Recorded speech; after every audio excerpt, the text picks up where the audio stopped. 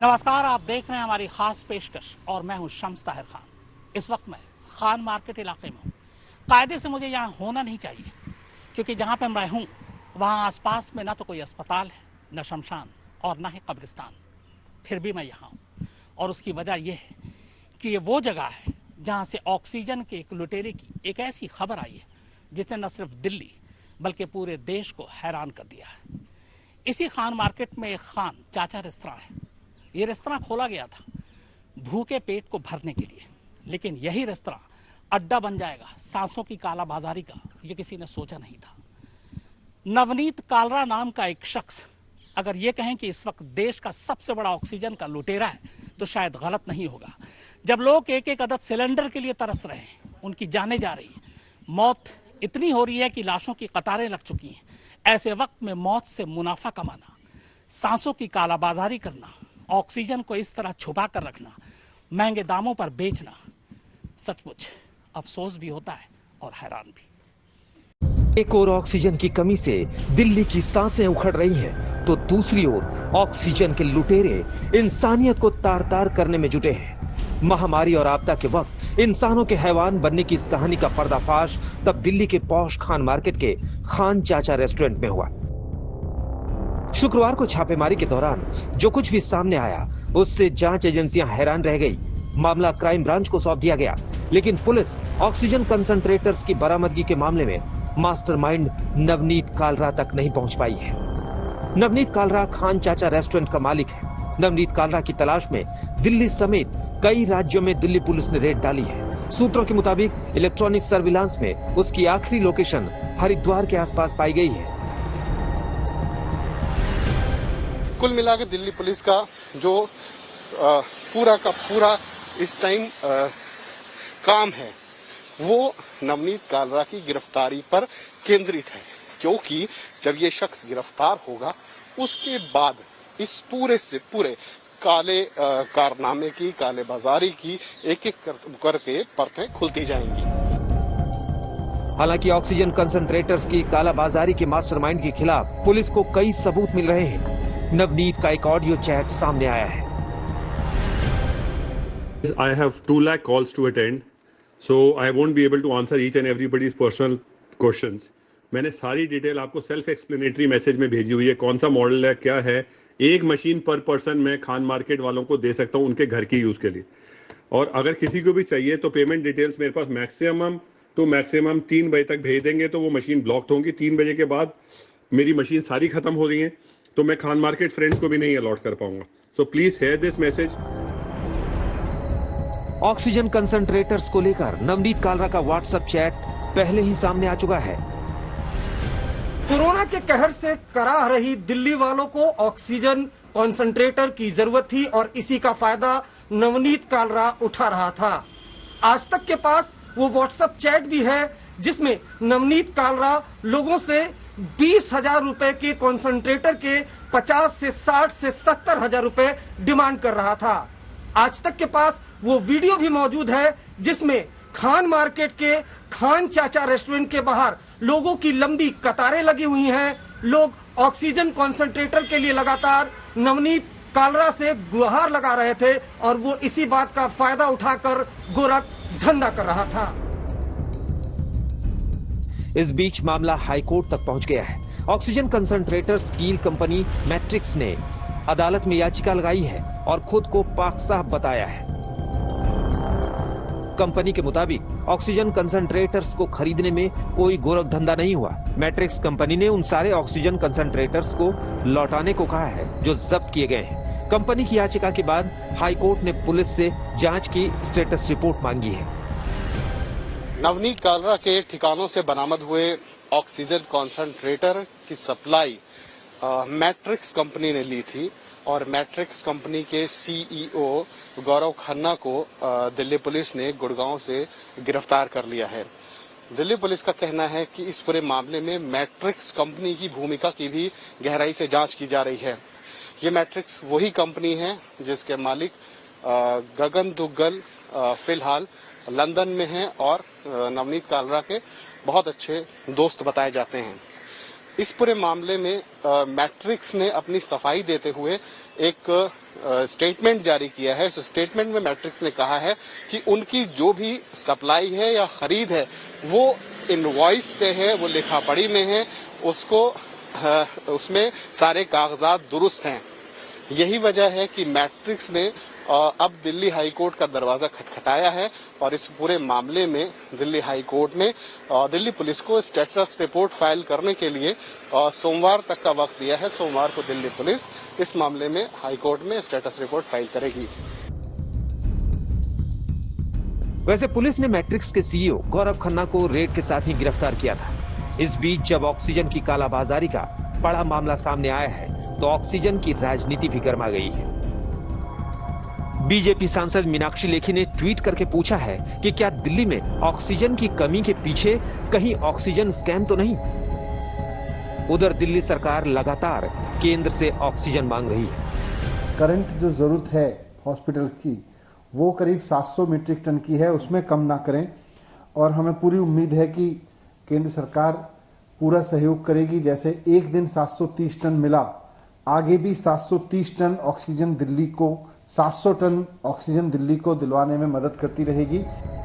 दिल्ली से तंजीम हैदर और अरविंद ओझा के साथ आज तक ब्यूरो।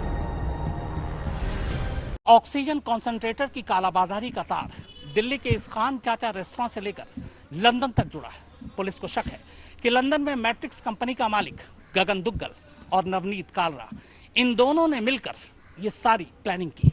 इन्हें मालूम था कि कोरोना की दूसरी लहर आ रही है। इन्हें यह भी मालूम था कि लोगों की सांसें उखड़ रही हैं, अस्पताल में ऑक्सीजन नहीं है, लोग ऑक्सीजन के लिए तड़प रहे, तरस रहे, और उन्होंने इस मौके का भरपूर फायदा उठाने का सोचा और इसीलिए सांसों की कालाबाजारी शुरू कर दी।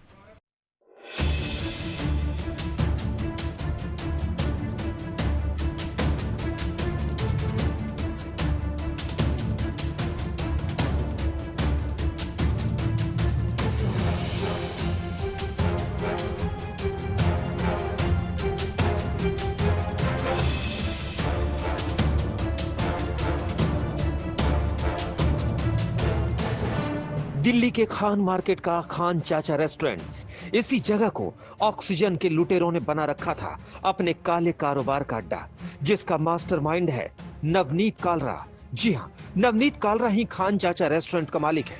रेस्टोरेंट की शुरुआत की थी हाजी बंदे हसन खान के नाम के शख्स ने। बाद में नवनीत कालरा रेस्टोरेंट का पार्टनर बना और फिर मालिक बन गया। मतलब ये कि खान चाचा रेस्टोरेंट से अब खान चाचा का कोई लेना देना नहीं। खान मार्केट में मशहूर खान चाचा, जी हाँ, हाजी बंदे हसन, जिनकी शॉप खान चाचा के नाम से पूरे हिंदुस्तान के बाहर मशहूर है, उस खान चाचा के जो बेटे हैं जो अब अपना रेस्टोरेंट चलाते हैं खान मार्केट में। हमारे साथ हैं जावेद भाई। खान चाचा का नाम कैसे नवनीत कालरा के पास चला गया, कैसे अलग हो गया आप लोगों से? असल में 2010 में हमने पार्टनरशिप की थी नवनीत कालरा के साथ और 2010 से लेके 2016 तक हमारी ये पार्टनरशिप रही। उसके बाद हमारे बीच में कुछ इख्तलाफ आने शुरू हुए जिस वजह से हम लोग अलग हो गए थे और उसके बाद हमारा 2016 से लेके 2020 तक जो है कोर्ट केसेस भी चले। पर इस पेंडेमिक के बाद जब लॉकडाउन हुआ उसके बाद हमने अपनी तरफ से पहल करते हुए अपने सारे कोर्ट्स को आउट ऑफ कोर्ट सेटलमेंट के लिए एक प्रपोजल भेजा और अल्लाह का फजल है 2020 में ये ऑफिशियली खत्म भी हो गया था। तो 2016 से हम लोग अलग हैं और जब हम लोग अलग हुए थे तो हमने 2017 में अपना नया ब्रांड एस्टैब्लिश किया रूल द रोल्स और अब हम लोग Salim Javed rule the rolls के नाम से अपना बिजनेस कर रहे हैं। सलीम, आपने जब ये सब कुछ संभाला, ये सब कुछ देखा, एक बड़ा नाम है खान चाचा, तो कितना तकलीफ हुई खान चाचा का नाम जब किसी और के पास चला गया आपके फादर? तकलीफ तो हुई थी मगर हमें काम करना था, हमारा काम पे फोकस था।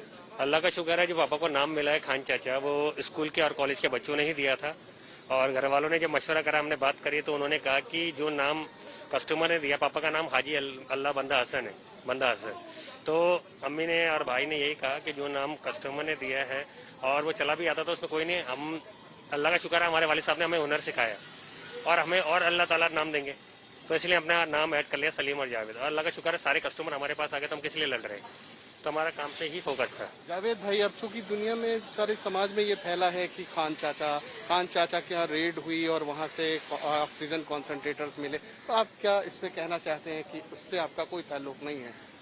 हम आपके जरिए यही बताना चाहेंगे कि आज जो भी कंट्रोवर्सी चल रही है, ऑब्वियसली खान चाचा एक शख्सियत है और एक टाइटल है। तो जो शख्सियत है उस पर तो कोई कुछ नहीं कह सकता, क्योंकि वो हमारे वालिद साहब हैं, ये डिक्लेयर करते हैं हम। पर लेकिन ये जो सब कुछ चल रहा है उसमें हमारा कोई हाथ नहीं है, ना ही हमारा कुछ लेना देना है। 2016 में हमारे बिजनेस ताल्लुकात खत्म हो गए थे और जो ये टाइटल है उसको ओन खान मार्केट में या जितने भी आउटलेट चल रहे हैं वो नवनीत कालरा चला रहा था। सलीम, जावेद, आप दोनों की जो माशाल्लाह से जोड़ी है, ये अब आप लोग और किन किन जगहों पे अपना ये आउटलेट और इनकी फ्रेंचाइजीज चला रहे हैं? हम चला रहे हैं, हमारा चंडीगढ़ के अंदर है, बड़ोदरा के अंदर है, वासना रोड पे, और अभी हमने हाल ही में साइन करा है लॉकडाउन के अंदर ही केरला के अंदर 3 आउटलेट, कोची में और कलिकट में 2 है हमारे आउटलेट। और इंशाल्लाह ईद पे वो शुरू करेंगे, क्योंकि हमारा फोकस के काम पे फोकस है। तो अल्लाह का शुक्र, दुआ कीजिएगा कि अल्लाह ताला कामयाबी दे। जी जरूर, आप लोग कामयाब हो, हमारी भी यही दुआ है। और यहाँ साफ है, जावेद और सलीम 2 भाई हैं जिन्होंने जो खान चाचा के बेटे हैं, इन्होंने साफ कर दिया कि किसी भी हालत में उनका इस ऑक्सीजन कॉन्सेंट्रेटर के रैकेट से कोई भी लेना देना नहीं है। नवनीत कालरा ने उनका नाम खान चाचा, जो उनसे सेटलमेंट हुआ है कोर्ट के बाहर, वो काफी पहले अपने हाथ में ले लिया था। अब आपको ये जानकर हैरानी होगी कि खान चाचा रेस्टोरेंट में बैठकर नवनीत कालरा ऑक्सीजन की जिस काला बाजारी को अंजाम दे रहा था, उसके तार लंदन से भी जुड़े हैं। पुलिस के मुताबिक नवनीत कालरा के काले कारोबार में उसका साथ दे रहा था लंदन में बैठा मैट्रिक्स सेलुलर का मालिक गगन दुग्गल। हालांकि दोनों पिछले कई महीनों से ऑक्सीजन कंसंट्रेटर्स के गोरख धंधे में लगे थे, लेकिन इस साल कोरोना के मामलों में तेजी आने के बाद कालरा और दुग्गल की जोड़ी ने ज्यादा तेजी दिखाई। दिल्ली पुलिस के मुताबिक मैट्रिक्स सेलुलर के नाम पर 650 ऑक्सीजन कंसंट्रेटर मंगाए गए थे। इनमें से 120 ऑक्सीजन कंसंट्रेटर बेचे जा चुके हैं। ऑक्सीजन कंसंट्रेटर चीन और हांगकांग से मंगाए जा रहे थे। शक है कि नवनीत कालरा ने कई लोगों से बल्क में ऑक्सीजन कंसंट्रेटर की सप्लाई देने के लिए लाखों रुपए एडवांस भी लिए थे। दिल्ली पुलिस नवनीत कालरा के बैंक खातों की जांच कर रही है। साथ ही पुलिस लंदन में रह रहे गगन दुग्गल को भी नोटिस भेजने की तैयारी कर रही है। दरअसल कोरोना की दस्तक के साथ ही कालरा और दुग्गल दोनों एक्टिव हो गए थे। लगातार ऑक्सीजन कंसंट्रेटर मंगवा रहे थे और काला बाजारी करके मोटी रकम वसूल रहे थे। पुलिस के मुताबिक नवनीत कालरा और गगन दुग्गल की जोड़ी पिछले साल अक्टूबर से लेकर अब तक करीब 7,000 ऑक्सीजन कंसंट्रेटर की काला बाजारी कर चुकी है। इनवॉइस के तहत आयात होकर एक कंसंट्रेटर महज 20 से 22,000 में इन्हें मिलता था, लेकिन बेचा जाता था 50 से 70,000 तक में। पुलिस को शक है कि दुग्गल और कालरा की जोड़ी अब तक करीब 40 करोड़ से ज्यादा के कंसंट्रेटर बेच चुकी है।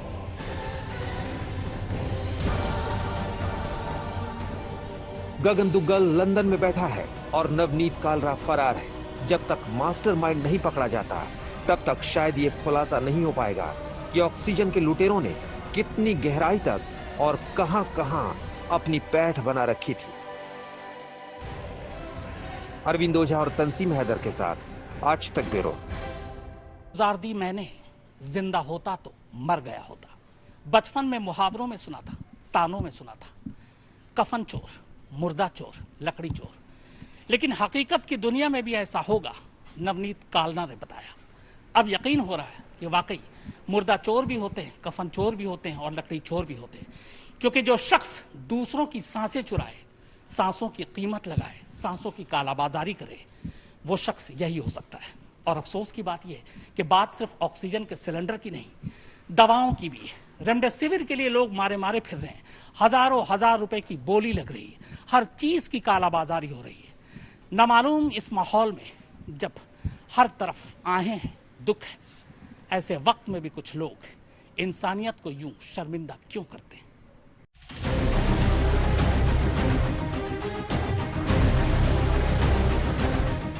मरीजों के हक का ऑक्सीजन आखिर कहां चला जा रहा है? क्यों अस्पताल में ऑक्सीजन के लिए तड़प रहे हैं मरीज?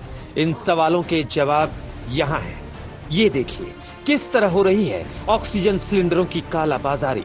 ये तस्वीरें गुरुग्राम की हैं, जहां ड्रग कंट्रोलर और गुरुग्राम पुलिस के संयुक्त ऑपरेशन में छापेमारी हुई। इस छापेमारी में 260 ऑक्सीजन सिलेंडर बरामद हुए। हमें एक गुप्त सूचना प्राप्त हुई थी कि महाराष्ट्र से एक ट्रक है जो गुड़गांव आया है और एक कम्युनिटी सेंटर अलीपुर में खड़ा हुआ है, जहां से ऑक्सीजन सिलेंडर दे रहा है। तुरंत हमने एक टीम का गठन किया और पुलिस बादशाहपुर को लेकर हम मौके पे पहुंचे। मौके पे पहुंच के हमने देखा कि वहां पे एक ट्रक था जिसमें से कुछ सिलेंडर्स रखे हुए थे, ऑक्सीजन के सिलेंडर्स थे, टाइप बी और टाइप डी टाइप के। इन्वेस्टिगेशन कर रहे हैं, जहां पे भी वो बल्क मिलेगा उनके खिलाफ भी कार्रवाई की जाएगी। पंजाब के फरीदकोट में तो गजब फर्जीवाड़ा चल रहा था। यहाँ के एनजीओ के एम्बुलेंस में ऑक्सीजन की कालाबाजारी चल रही थी। एनजीओ एम्बुलेंस में ऑक्सीजन सिलेंडर भरकर फरीदकोट से दिल्ली भेजती थी। एनजीओ एक एक सिलेंडर 35,000 रुपए तक में बेचता था। एनजीओ का शख्स सिलेंडर ब्लैक करते हुए दिल्ली में पकड़ा गया, तब जाकर इस खेल का खुलासा हुआ। फरीदकोट पुलिस ने इस मामले में 2 लोगों को गिरफ्तार किया है। उनसे एम्बुलेंस और तमाम सिलेंडर भी बरामद किए हैं। पुलिस ऑक्सीजन गैस के गोदाम के रिकॉर्ड चेक कर रही है। जो एम्बुलेंस का ड्राइवर था वो सिलेंडरों की ब्लैक करता हुआ पाया गया, तो वो जो ड्राइवर है उसको हिरासत में ले लिया गया है। और इसके अलावा जो मैंने अपने जो एसएसपी है, पुलिस अथॉरिटीज़ है, उनको बोल भी दिया है कि जो भी उसके खिलाफ कार्रवाई हो, कानूनी कार्रवाई की जाए। कोरोना संक्रमण काल में कालाबाजारियों की चांदी हो गई है। दिल्ली, एनसीआर और यूपी के तमाम शहरों के अस्पतालों में ऑक्सीजन संकट का कालाबाजारियों ने जमकर फायदा उठाया है।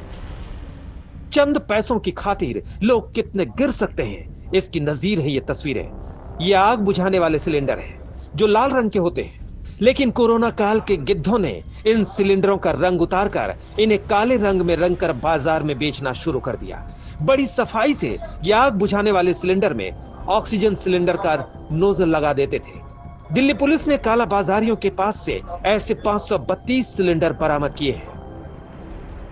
ऑक्सीजन रिफिलिंग तो आसानी से हो जा रहा है, लेकिन ऑक्सीजन सिलेंडर आसानी से लोगों को नहीं मिल रहा है और इसी का फायदा कुछ इंसानियत के दुश्मन उठा रहे हैं जो लगातार ऑक्सीजन सिलेंडर की कालाबाजारी कर रहे हैं। लेकिन यहाँ तो हैरानी इस बात की हो गई है कि अगर आप ये देखिए, ये जो आप सामने की तरफ देख पा रहे हैं, ये अग्निशामक यंत्र है, यानी आग बुझाने के काम में ये जो सिलेंडर है वो इस्तेमाल किया जाता है। लेकिन अब जो कालाबाजारी करने वाले लोग हैं, जो धोखाधड़ी करने वाले लोग हैं, वो इस तरीके से, ये देखिए लाल रंग का ये होता है अग्निशामक यंत्र जो आग बुझाने के काम में इस्तेमाल होता है, उसको इस तरीके से जो काले रंग में पेंट किया जा रहा था और उसके बाद जो है उसको जरूरतमंद लोगों को बेचा जा रहा था। तकरीबन 500 ऐसे सिलेंडर हैं जो दिल्ली पुलिस ने बरामद किए हैं।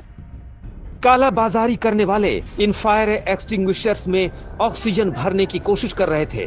पुलिस ने अलीपुर इलाके में छापे मारकर 3 लोगों को गिरफ्तार करके इस काले धंधे का भांडाफोड़ कर दिया।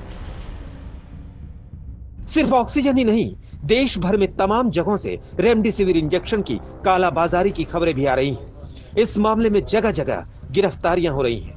ताजा मामला इंदौर का है, जहां रेमडेसिविर इंजेक्शन की कालाबाजारी में 11 लोगों को गिरफ्तार किया गया है। ऑक्सीजन और रेमडेसिविर जैसी दवाओं की कालाबाजारी पर रोक लगाने के लिए दिल्ली पुलिस ने कॉल सेंटर खोला है। इस कॉल सेंटर की मदद से अब तक करीब 150 ठगों और कालाबाजारियों को गिरफ्तार किया गया है। कोरोना संक्रमण काल में पैसे के पीछे पागल लोगों की ये बेहद घिनौनी कारस्तानी सामने आई है। गाजियाबाद में जहां इस्तेमाल किए गए दास्तानों को फिर से पैक करके बेचने का धंधा फल फूल रहा था, पुलिस ने गाजियाबाद के ट्रॉनिका सेंटर में चल रहे इस धंधे का पर्दाफाश किया, साथ ही 3 लोगों की गिरफ्तारी भी की है। फरीदकोट से प्रेम पासी, गाजियाबाद से मयंक के साथ अरविंद ओझा, दिल्ली आज तक।